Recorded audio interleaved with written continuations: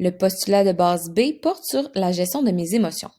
Donc, ici, on a lorsque je hausse le ton ou je crie après mon enfant, celui-ci comprend qu'il a franchi une limite et m'écoutera davantage dans le futur. Ici, c'est faux. En fait, il faut absolument éviter d'intervenir de manière impulsive après nos enfants. Ça veut donc dire éviter de crier, de traiter de non, de menacer, de frapper, de secouer, de ridiculiser, de pousser notre enfant. En fait, toute forme de violence envers notre enfant, qu'elle soit physique, verbale, psychologique, elle est dommageable pour notre enfant à court terme, mais aussi à long terme. Ça, c'est vraiment quelque chose qui a été très bien documenté par la littérature scientifique. En fait, le parent, il doit vraiment développer des stratégies pour gérer ses émotions plus difficiles. Dans le fond, ça, c'est vraiment un concept aussi qu'on apprend à nos enfants. Pour un adulte, ça pourrait être de demander à notre conjoint de prendre le relais quand on se sent plus apte à intervenir et d'aller prendre une marche, par exemple. Ça pourrait être de prendre un petit moment pour nous-mêmes, pour nous calmer dans notre chambre.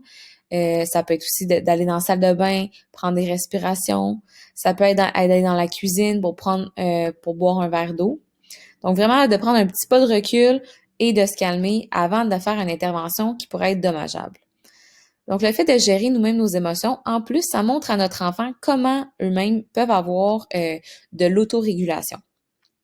Comme mentionné précédemment, on est un modèle pour notre enfant. Donc, il apprend en nous regardant. S'il voit que quand l'émotion monte, on se met à crier, ça se peut qu'il fasse la même chose. Ou quand il nous voit et que l'émotion monte et on prend des techniques pour se calmer, il va apprendre de cette façon. Donc, par exemple, si on se surprend à argumenter avec notre enfant, on argumente, l'escalade monte, ce qu'on peut faire, c'est on peut dire, OK, stop, l'argumentation, elle termine là. Là, je vais aller dans la cuisine, je me sens un peu fâchée, je vais prendre un petit moment et je vais respirer. Je reviens dans 5 minutes. Donc ça peut être quelque chose qui est fait quand que vous sentez que l'émotion, elle monte. En fait, aussi ici, c'est normal de se sentir frustré ou d'être dépassé, d'être fatigué. En fait, tous les parents vivent ces émotions-là à un moment ou à un autre.